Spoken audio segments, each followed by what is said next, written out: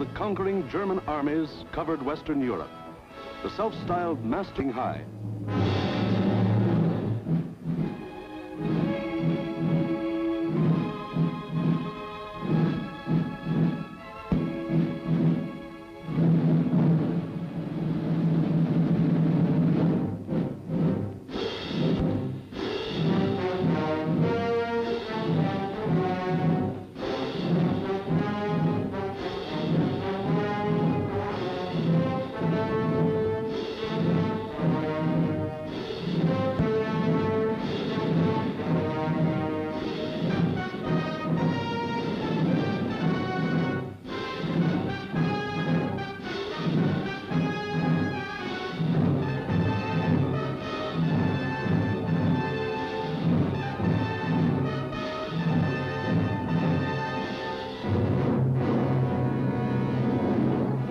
Adolf Hitler stood just as Napoleon had stood more than 100 years before, and looked across the English Channel to the one fighting obstacle that stood between him and world domination.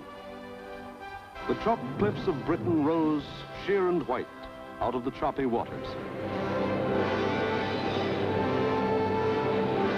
And beyond, a little island, smaller than the state of Wyoming. Crush that little island and its stubborn people, and the way was open for world conquest. The fall of Austria, Czechoslovakia, Poland, Denmark, Norway, Holland, Belgium, France had given him more than 100 million slaves to work for him or starve. The preliminaries were over. It was time for the main event, the Battle of Britain.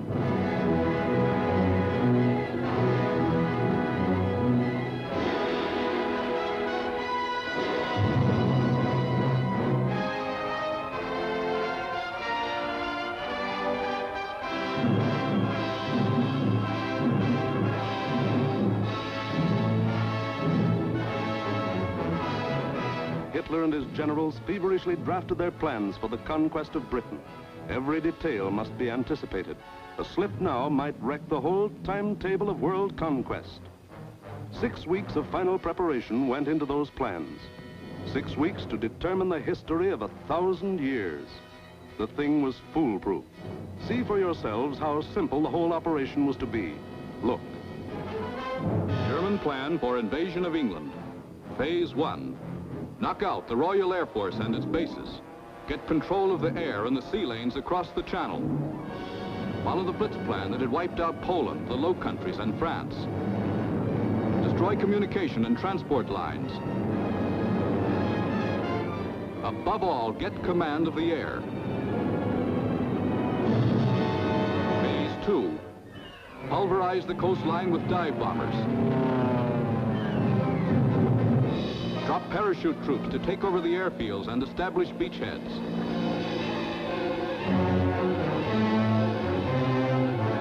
Phase 3. Actual invasion. Pour the German panzer divisions across in high-speed barges under an umbrella protecting fighter planes.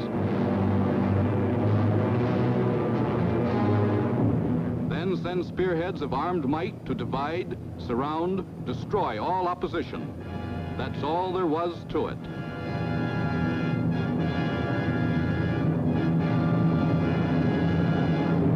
Conquer Britain. Force the surrender of the British fleet. Then, with the combined sea power of Germany, Britain, Italy, France, and Japan, he could control the seas and tell us where to head in. The torch of freedom flickered low. On the Channel invasion coasts, more than 100 fully equipped German divisions were singing the Nazi theme song, "We are sailing against England," as they waited the word from Hitler.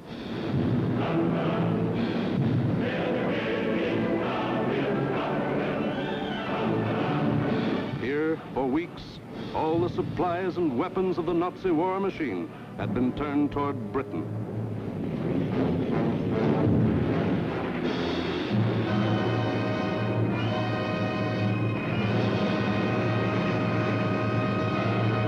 The jaws of the Nazi whale were set to swallow Jonah. And what about Jonah? How was he doing? Well, Britain also had an army, but it was an army dragged from the sea at Dunkirk.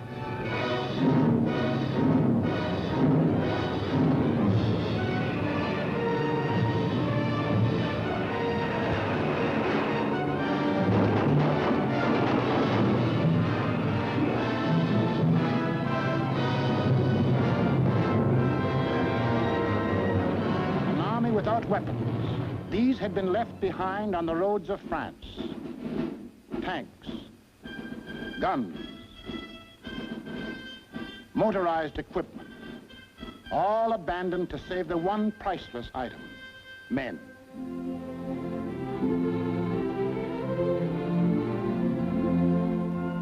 In all of Britain, there was not enough equipment for one modern division. Only one tank for every 1,000 square miles of territory. Only one machine gun for every 1,500 yards of beach.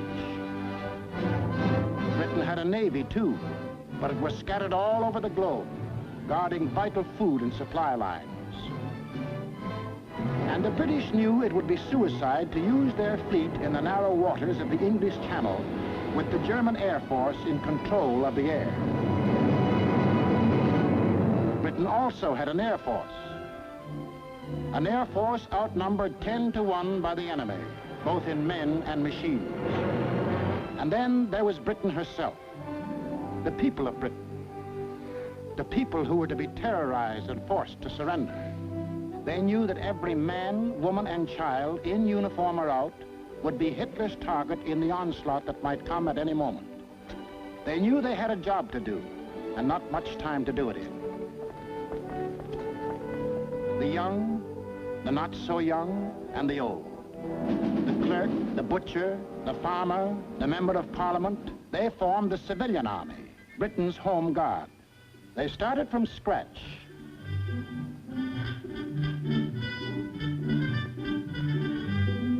Experience, equipment, supplies, all were scarce. Only one shell to fire at each practice. The women of Britain refused to be left out. We'll enlist too. We'll put up the barrage balloons.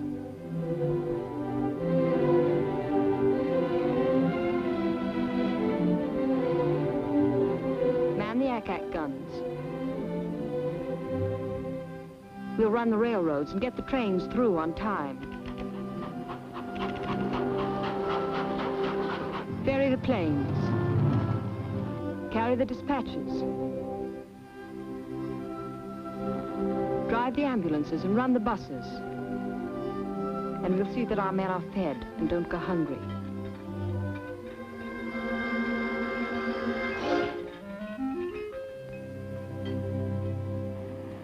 Others worked, men and women alike.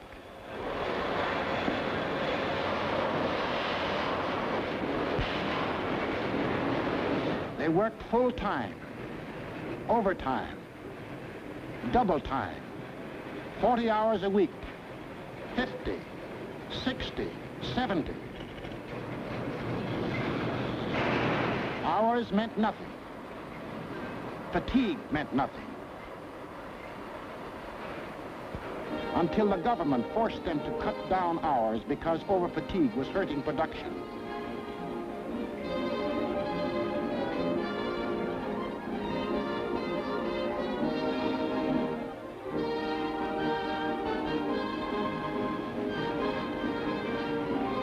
And when they weren't working, the men patrolled the moors for parachutists, blocked the roads, rehearsed invasion defenses. For something had happened here the Germans could never understand. In a democracy, it is not the government that makes war. It is the people.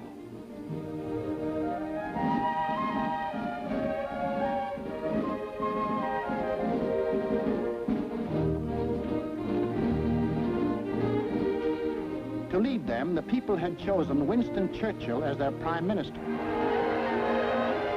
And he spoke the words in every British heart when he said, "We shall defend our island, whatever the cost may be. We shall fight on beaches, landing grounds, in fields, in streets, and on the hills. We shall never surrender." This was Britain in its darkest hour. The people knew they were in for the worst the Nazi mind could invent, yet they didn't panic or run away. They patrolled and waited. They drilled and waited. They worked and waited. Waited for the terror they knew was coming.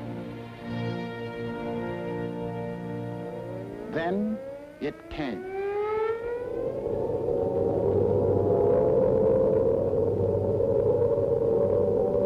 That's the sound that became part of the life of every man, woman, and child in Britain.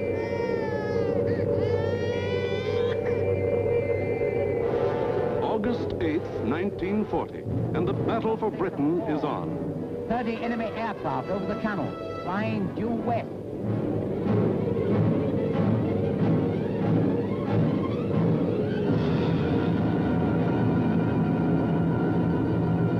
Here comes the Luftwaffe. In dozens of flights, hundreds of planes, bombers, fighters, dive bombers, across that 21 miles of channel, that 8 short minutes of water.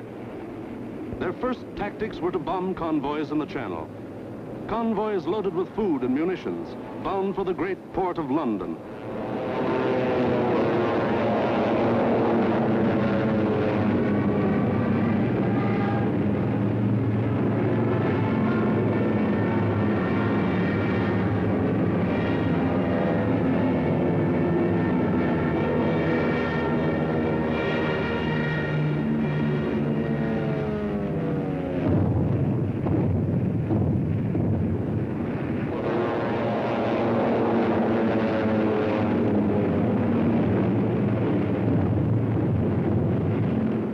Fighters waited overhead for the defending planes of the Royal Air Force, the RAF, to appear. They didn't have long to wait.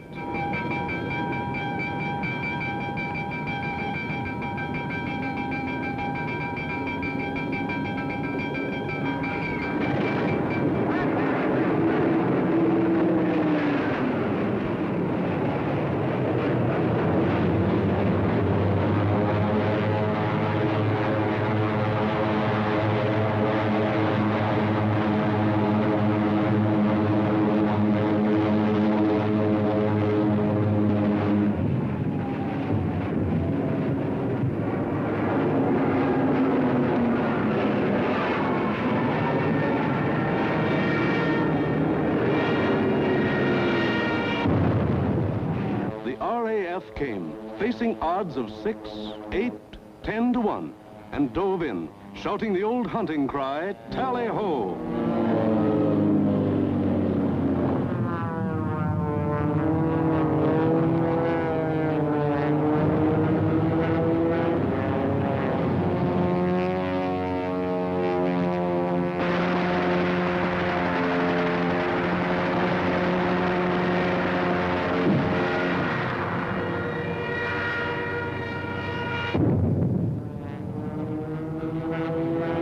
Phase 1 of the Nazi plan called for the RAF to be knocked out of the air.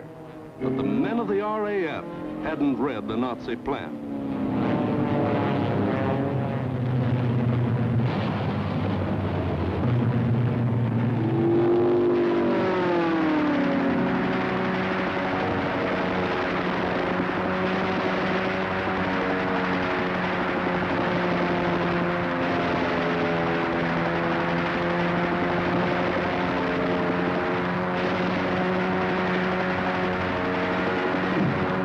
First 4 days, the RAF knocked 182 German planes out of the sky. For the next week, the Germans attacked the coast cities from the Thames River to Weymouth.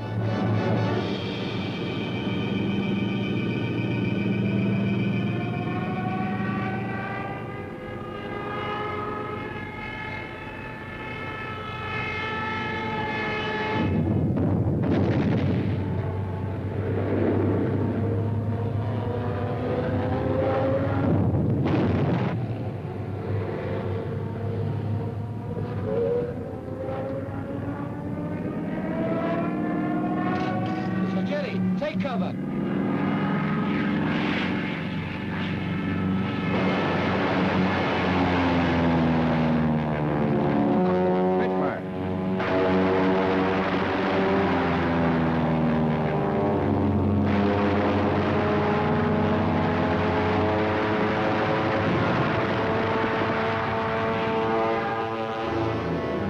Paid off with 180 more planes. Then the Luftwaffe battered the great port towns of Southampton, Plymouth, trying for a knockout before the flow of supplies from overseas.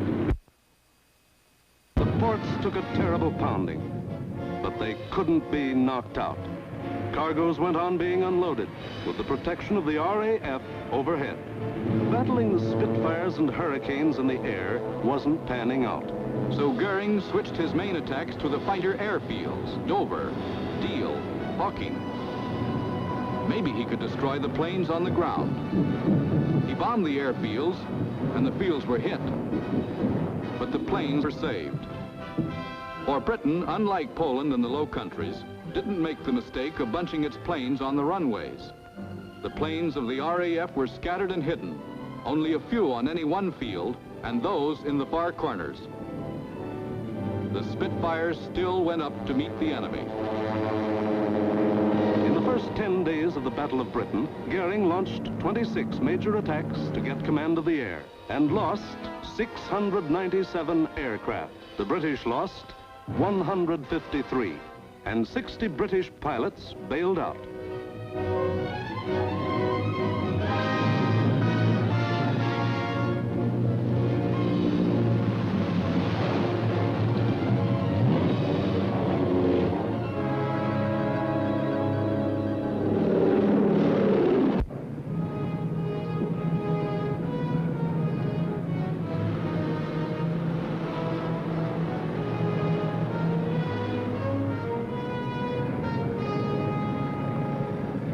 Valuable trained men were saved and ready to fight again, but the crews of Goering's planes were lost to him forever.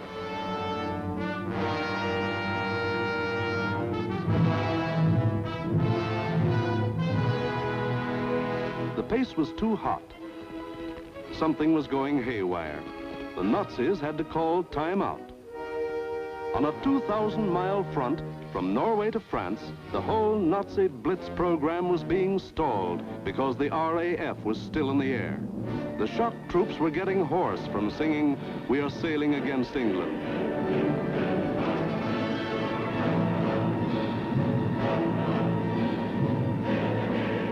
The long-range German guns were getting hot from throwing shells across the channel.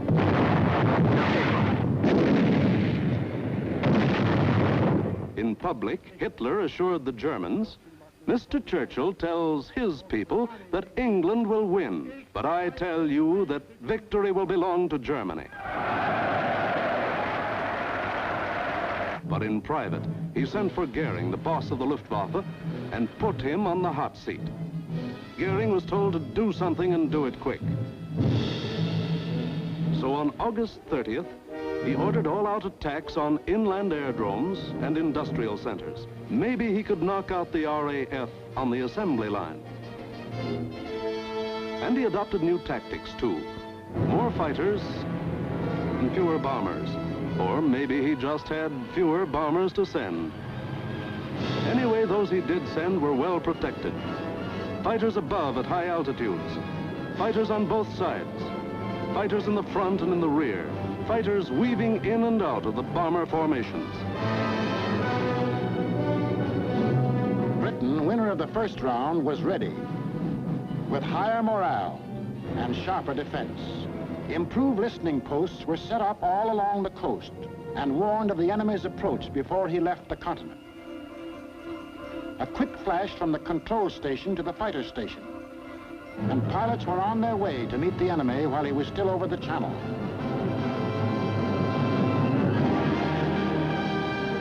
Day after day, out of sight and almost out of sound of the watchers on the cliffs, 4, 5, and 6 miles above, the battles raged over the Dover area.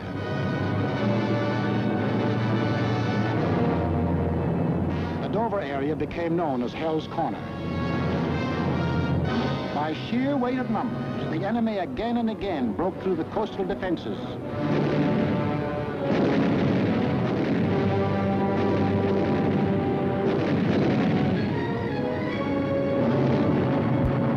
And reached inland to the airdrome.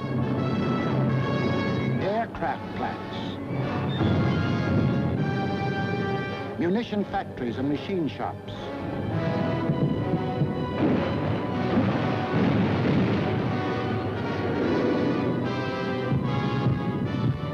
Hello, gunfire in the southeast. Right.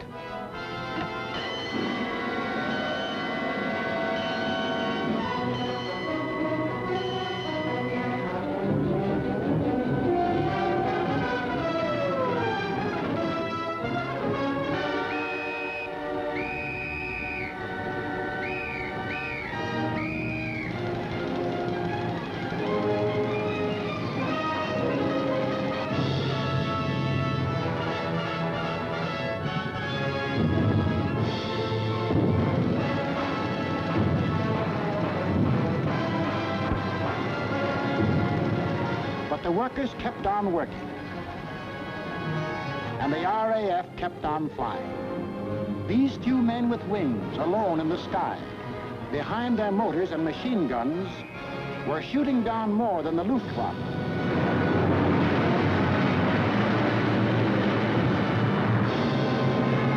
They were smashing the whole Nazi plan of world conquest.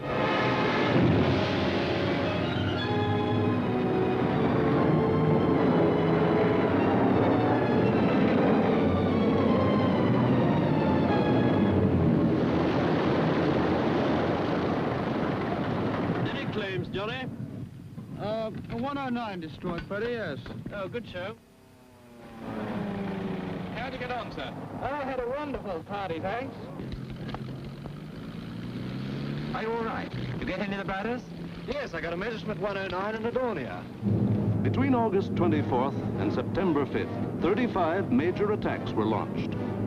They cost the Germans 562 planes, while the British lost only 219 planes and saved 132 pilots. Invasion plans were going completely haywire. The Nazis were blind with rage. The German mind has never understood why free people fight on against overwhelming odds. Hitler now knew he was superior in every weapon except the weapon of spirit. So he told Goering, break that spirit, crush the people, crush the spirit of democratic life itself. Invasion now would have to wait. The Nazis would avoid the RAF and smash the great city of London into the rubble heap they had made of Warsaw and Rotterdam. Could London take it? Even the people themselves didn't know the answer. The defenses they trusted in were London's hastily assembled anti-aircraft, the Ack-Ack guns, the balloon barrage which kept the raiders at high altitudes.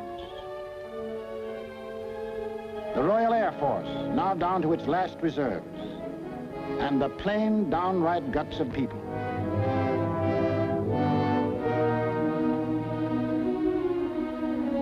They sent more children out of the city.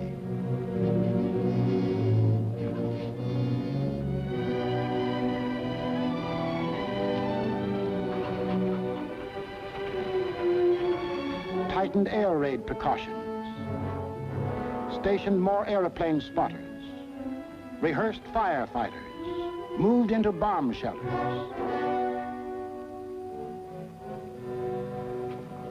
They blacked out their city and carried on.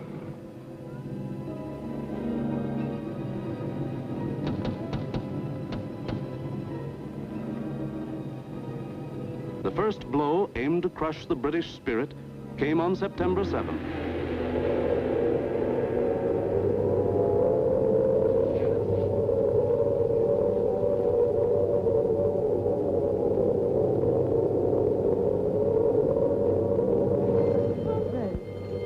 Roof reports planes coming in. Control room speaking. Customers and staff will now take cover in the basement. Please do not run, but keep moving. Down the stairs, or you can use the escalator.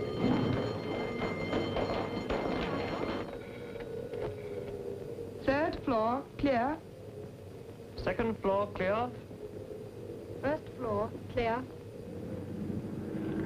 That day, when 375 German planes came roaring up the Thames River, the Battle of Britain became the Battle of London. The Germans broke through the charge of Hurricanes and Spitfires that went out to meet them.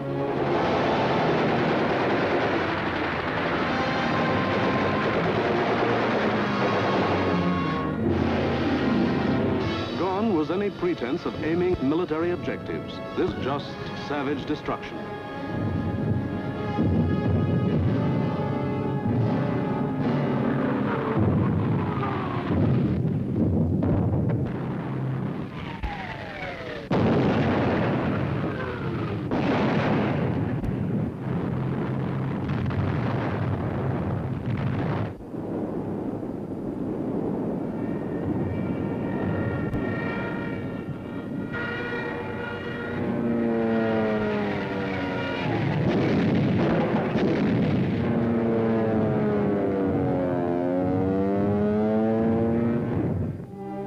Fell alike on the homes of the East End poor and the Mayfair rich, on shops, hospitals, churches. For 28 days, the Nazis were to drop everything in the book on the city of London. Tons upon tons of high explosives, delayed action bombs that exploded days later, torpedoes that sheared away whole buildings. And underneath the war in the air, the war of the man in the street went on.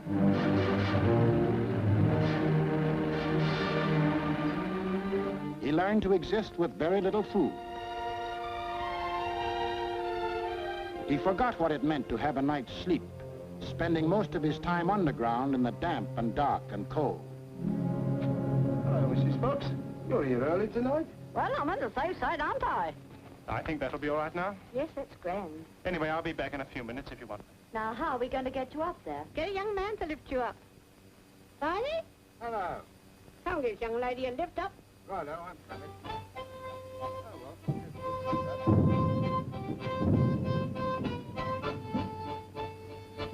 The air raid wardens stayed at their posts. Doctors and nurses worked on steadily as the bombs crashed all around them. Rescue squads labored night and day. Hey, Gordon, I found her. Is she dead? Fight out. Firemen said, nuts to the bombs and battle to put out fires. This was life in the Blitz. Against all the rules of Nazi warfare, Britain was refusing to crumple up. Across the Channel, the enraged Goering took personal command of the operations.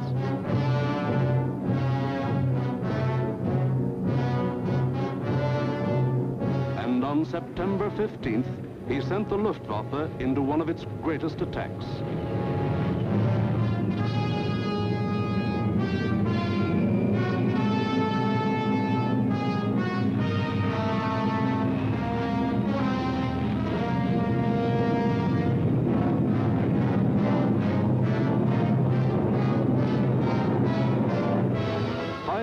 German bombers and Messerschmitt fighters roared over the English coast.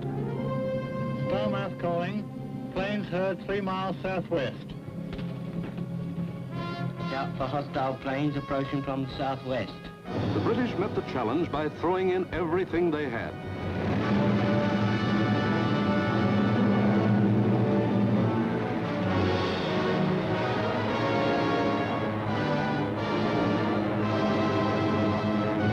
Historic three-dimensional battle took place inside an area 60 miles long, 38 broad, and from 5 to 6 miles high.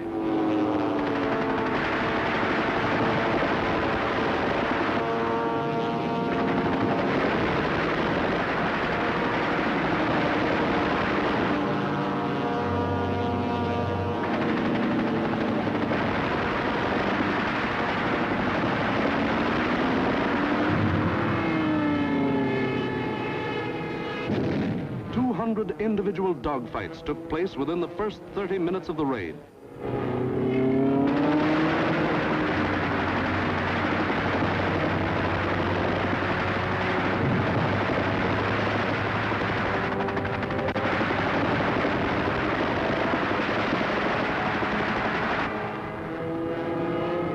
Right on our own doorstep. Oh, what a threat.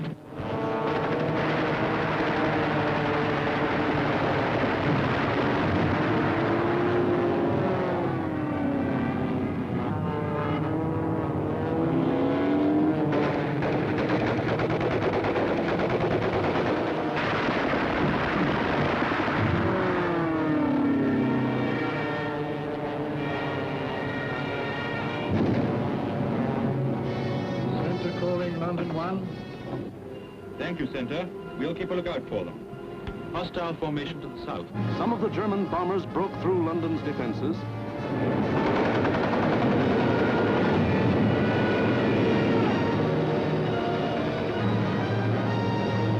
and reached the center of the city.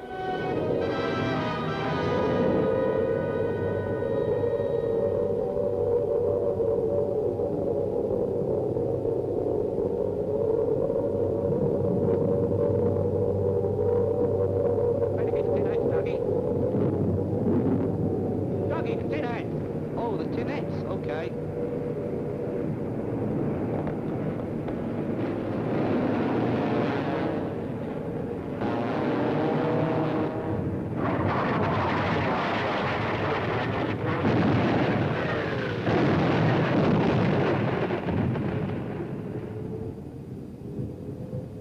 Doggy! Doggy, where are you?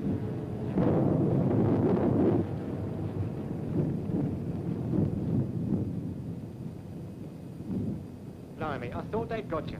Who, me? Nah, I had me fingers crossed.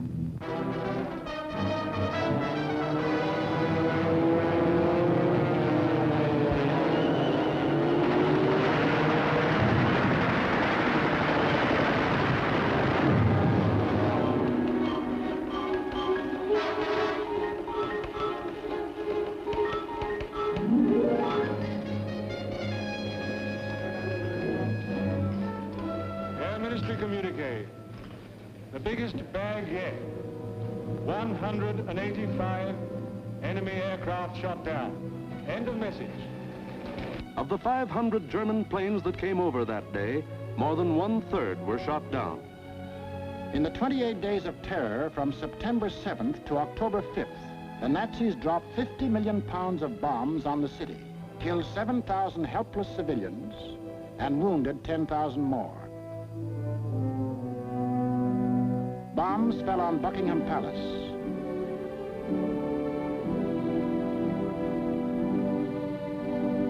Westminster Abbey, the Houses of Parliament, Fleet Street, the center of the news, St. Paul's Cathedral. Bombs blasting the historic past out of the lives of Englishmen.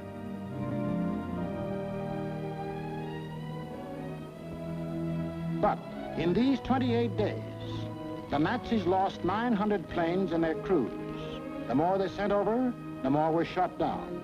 The British Spitfire had proved to be one of the deadliest weapons ever put in the hands of man. If this kept up, pretty soon no more Luftwaffe. The frantic Nazis had to pull a new one. They did. On October 6th, they changed to night attacks. Maybe that way they could avoid those deadly Spitfires and Hurricanes. Maybe that way they could crush the stubborn British spirit. Never mind control of the air. Never mind Phase 1, Phase 2, Phase 3. Now to concentrate on bombing the people themselves into submission and make them cry for mercy.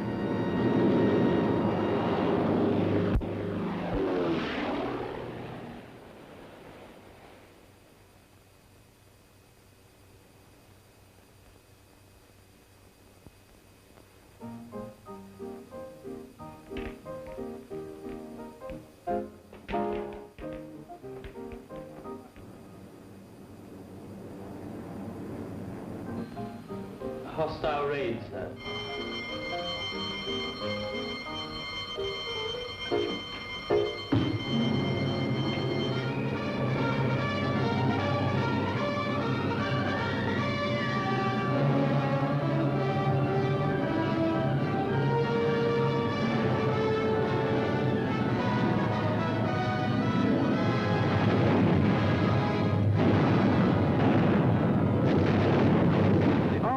Wasn't much help at night. This was just German bombs against British guts.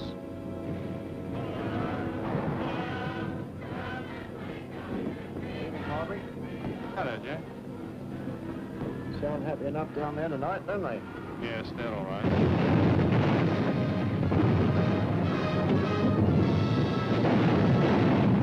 The great docks of London were left roaring infernos.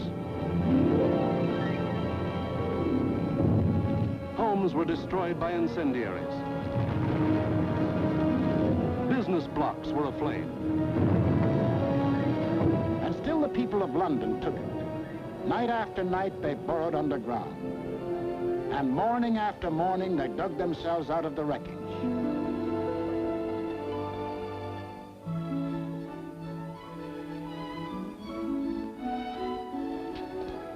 Good morning, Mrs. Fox. Good morning, Miss Ryan. See you tonight. Right here. Come on, Betty.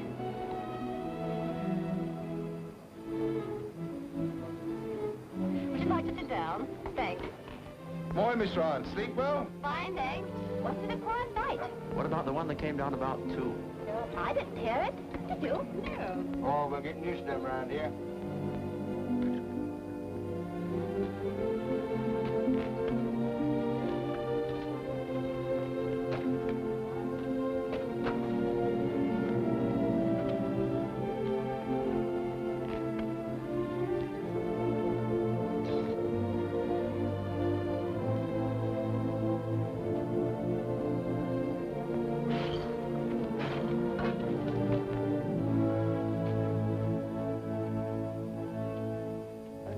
Better go away from this for a bit. Of course not. It'd take more than this to get me out of my home. Now go on, you've got to get to work. Okay. The Battle of London was the battle of the people of the city. In spite of bombs and fire and death, they got to their desks and workbenches to spend another 10 or 12 hours working, working, working. The British spirit was stronger than ever. And the RAF was flying higher than ever. Not only higher, but farther.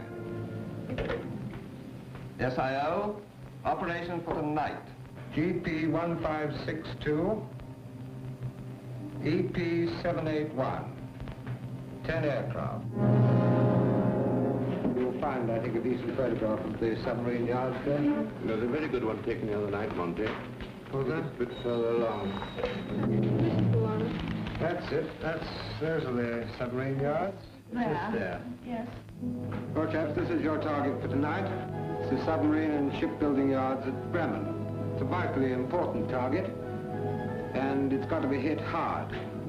In the midst of this life and death struggle, the British found strength not only to defend, but to counterattack with what few bombers they could get together.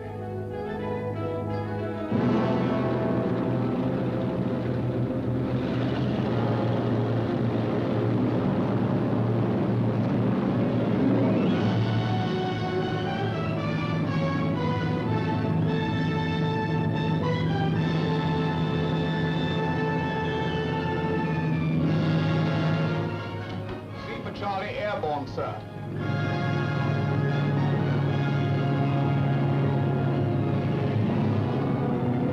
Hello, rear gunner. Can you hear me? I'm okay, Skipper. Hello, operator. Everything okay? Well, it seems to be all here, sir.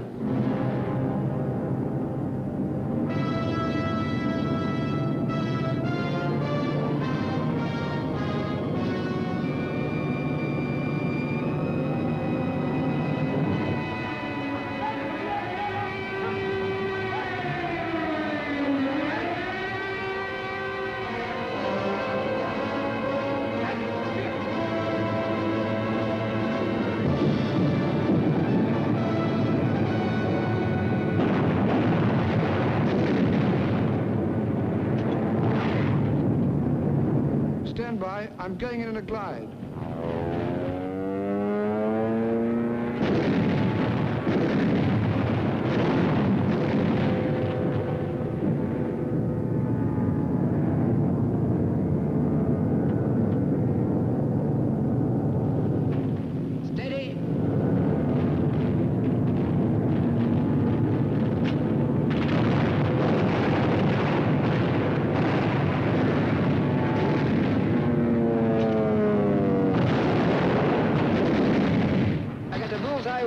One. Here was the RAF giving it back. Hitler cried, "Night gangsters! For this crime I will exact 1,000-fold revenge." All the available German night bombers were put into the air.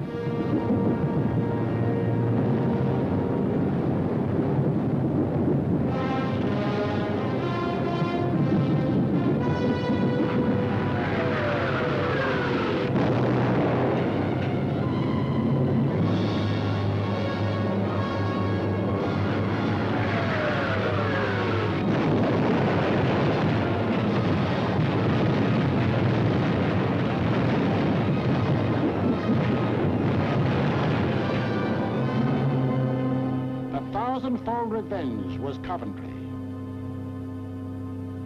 On the night of November 14th, £1 million of bombs were dropped on the city.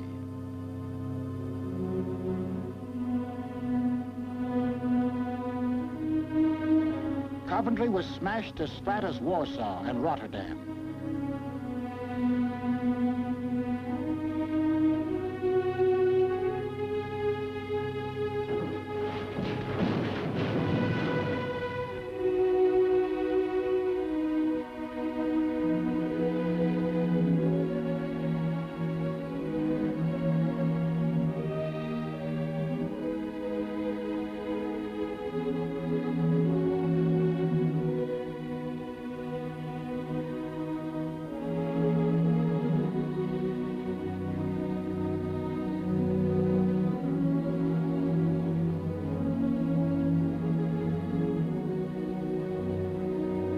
The people of Coventry dug their loved ones out of the blasted ruins, saw them to their last resting place in a common grave.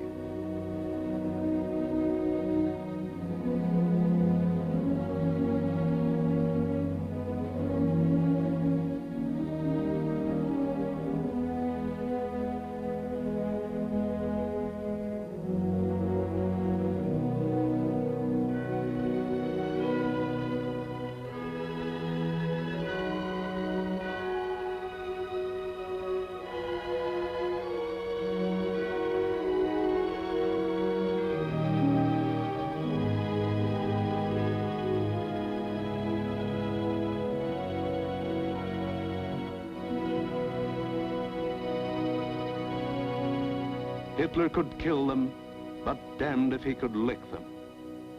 They went back to their lathes and machines, for they knew the machine bench was as deadly a weapon as the rifle. And in their hearts was a grim determination that this enemy must be destroyed. That the day was coming when they would strike back, and how they would strike back. Christmas, 1940.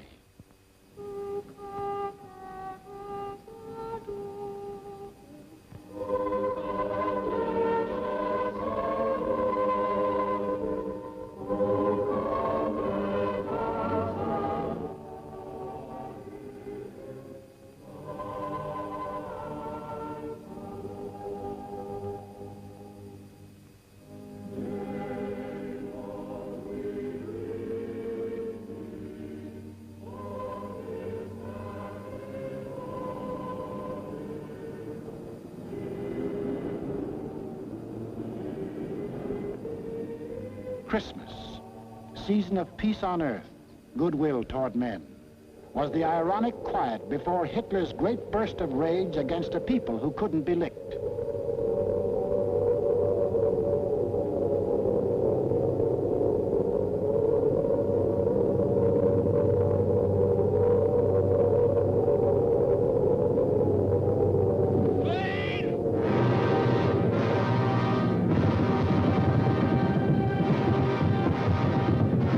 couldn't bomb them into submission, so he would burn them to ashes.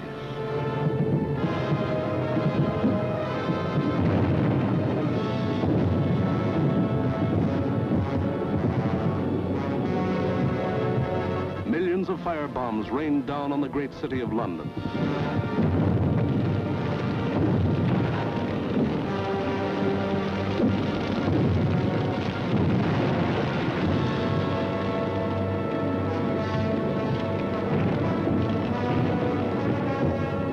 In a matter of minutes, more than 1,500 different sections of the city burst into roaring flames. Flames that swiftly merged into the greatest fire in recorded history.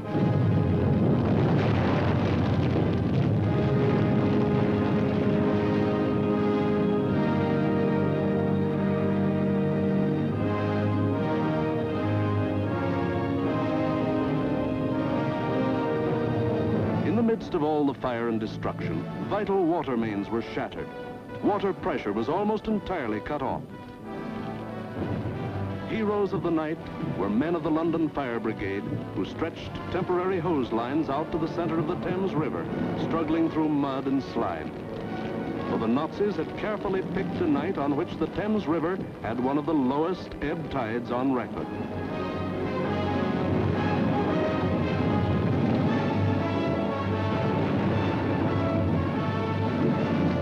And while London burned above them, the people of the city held on. Chin up and thumbs up. They knew this was the people's war, and they were the people.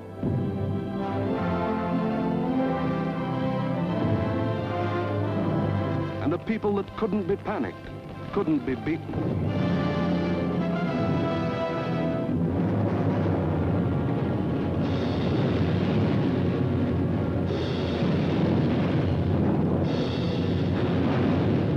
In the months to come, the British were to suffer many such bombings and burnings.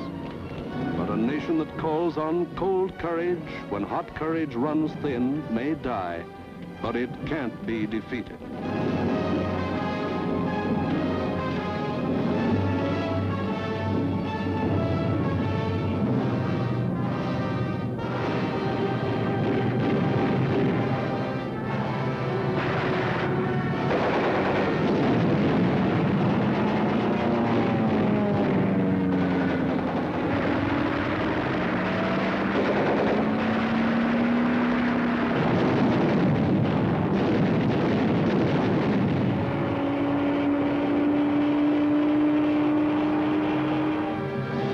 The Battle of Britain was won, but not by Hitler. Hitler had lost the battle. He had lost 2,375 German planes and their crews. For the first time, it was the Germans who ate the bitter dirt of defeat. Gone was the legend of their invincibility.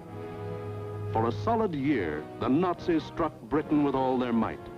They leveled thousands upon thousands of homes and damaged millions of others. They killed more than 40,000 men, women, and children, and seriously wounded 50,000 more. But not one single Nazi soldier set foot on British soil. But Hitler couldn't stop, and in our next film we will show how he had to turn to the east again. Why did the Nazis lose the Battle of Britain? First, because a regimented people met an equally determined free people, and the free people made them quit cold. We've been bombed, dive-bombed, high-level bombed, machine-gunned, been through 2 invasion scares. The last lot we had the house down about our ears. But we're still sticking it, and we're going to stick it. Second, because this was a new kind of war, and the RAF were the men who could fight it. These were the men who belonged to what Hitler called those weak, soft democracies. The British did more than save their country. They won for the world a year of precious time. It was not only for the people of Britain, but for the people of the world that Winston Churchill spoke when he said, Never, in the field of human conflict, was so much owed by so many to so few.